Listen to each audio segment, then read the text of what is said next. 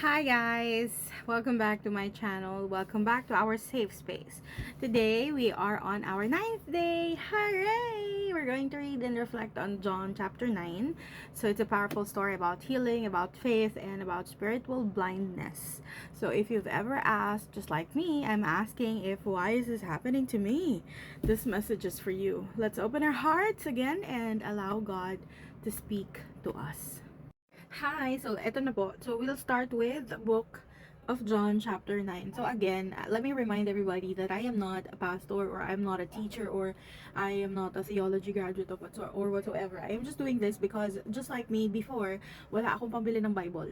So, kahit gaano ako ka-eager to read the Bible, I cannot because I do not have a copy of it. So, eto na, this is it. I am owning a Bible of parang for 3 years already. So, this is one of the things that I thought of while healing. Sabi ko, why not share this with those na katulad ko that are currently in their healing journey. So, yun po. So, let's start. As Jesus was walking along, he saw a man who had been blind from birth. Rabbi, his disciples asked him, why was this man born blind? Was it because of his own sins or his parents? It was not because of his sins nor his parents' sins. Jesus answered, this happened so that the power of God could be seen in him. We must quickly carry out the tasks assigned us by the one who sent us. The night is coming and then no one can work. But while I'm here in the world, I am the light of the world. Then he spit on the ground, made mud with the saliva, and spread the mud over the blind man's eyes. He told him, go wash yourself in the pool of Siloam. Siloam means sent. So the man went and washed. He came back seeing. His neighbors and others who knew him as a blind beggar asked each other, isn't this the man who used to sit and beg? Some said he was, and the others said, no, he just looks like him. But the beggar kept saying, yes, I am the same one. They asked, who healed you? What happened? He told them, the man they called Jesus made mud and spread over my eyes and told me, go to the pool of Siloam and wash yourself. So I went and washed, and now I can see. Where is he now? I don't know, he replied. Then they took the man who had been blind to the Pharisees, because it was on the Sabbath and that Jesus had made the mud and healed him. The Pharisees asked the man all about it, so he told them, he put the mud over my eyes, and when I washed it away, I could see.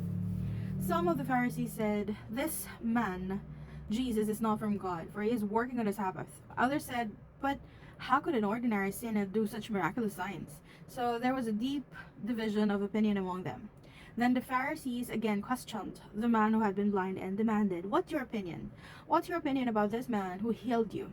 The man replied, I think he must be a prophet. The Jewish leaders still refused to believe the man had been blind and could now see, so they called in his parents. They asked them, is this your son? Was he born blind? If so, how can he now see? His parents replied, we know this is our son and that he was born blind, but we don't know how he can see or who healed him. Ask him. He is old enough to speak for himself. His parents said this because they were afraid of the Jewish leaders who had announced that anyone saying Jesus was a Messiah would be expelled from the synagogue. That's why they said he is old enough. Ask him. So for the second time, they called in the man who had been blind and told him, God should get the glory of this, because we know this man, Jesus, is a sinner. I don't know whether he is a sinner, the man replied, but I know this. I was blind and now I can see. But what did he do? They asked. How did he heal you? Look, the man exclaimed, I told you once. Didn't you listen? Why do you want to hear it again? Do you want to become his disciples too? Then they cursed him and said, you are his disciple, but we are disciples of Moses. We know God spoke to Moses, but we don't even know where this man comes from. Why? That's very strange. The man replied, he healed my eyes and yet you don't know where he comes from. We know that God doesn't listen to sinners, but he is ready to hear those who worship him and do his will. Ever since the world began, no one has been able to open the eyes of someone born blind. If this man were not from God, he couldn't have done it. You were born a total sinner. They answered, are you trying to teach us? And they threw him out of the synagogue. When Jesus heard what happened, he found the man and asked, do you believe in the Son of Man? The man answered, who is he, sir? I want to believe in him. You have seen him, Jesus said, and he is speaking to you. Yes, Lord, I believe, the man said, and he worshipped Jesus. Then Jesus told him, I entered this world and to render judgment, to give sight to the blind, and to show those who think they see that they are blind. Some Pharisees who were standing nearby heard him and asked, are you saying we're blind? If you were blind, you wouldn't be guilty. Jesus replied, but you remain guilty because you claim you can see. It's deep. You're not blind, but you're blinded. Okay. So the chapter was so deep. It reminds us that not all struggles are punishment. Sometimes they are purpose. So the man was blind his whole life since birth, and but that does not end his story. It became the very reason people witnessed God's power, God's miracle. And what's even more powerful is that even after he was healed, life suddenly didn't become easy, because many times he was questioned, he was doubted, he was rejected, but he didn't change his testimony. You were able to hear that during the many times that he was called to. And one thing I do know is that his testimony just stayed with, I was blind, but now I see. That kind of faith is bold. Simple, very simple. I was blind, but now I can see.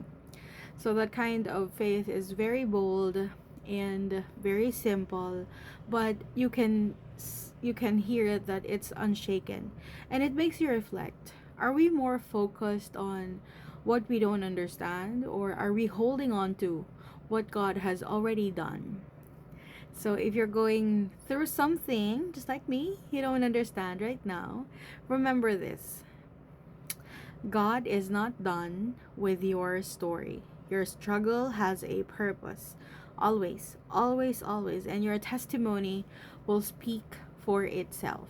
So just hold on, just keep going, trust Him. And when the time comes, don't be afraid to say, I was blind, but now I see. If this message spoke to you, don't forget to like, to follow, and share, and comment amen if you believe that God is working in your life. So thank you so much again for joining me.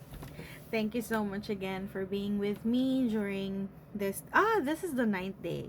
So thank you so much for the 9 days that you are with me. I hope that same with me, we're all healing. We are all healing. So let's claim it, let's declare it. With God, nothing is impossible. And then if you have problems or struggles, let go and let God. Thank you so much again, and God bless us.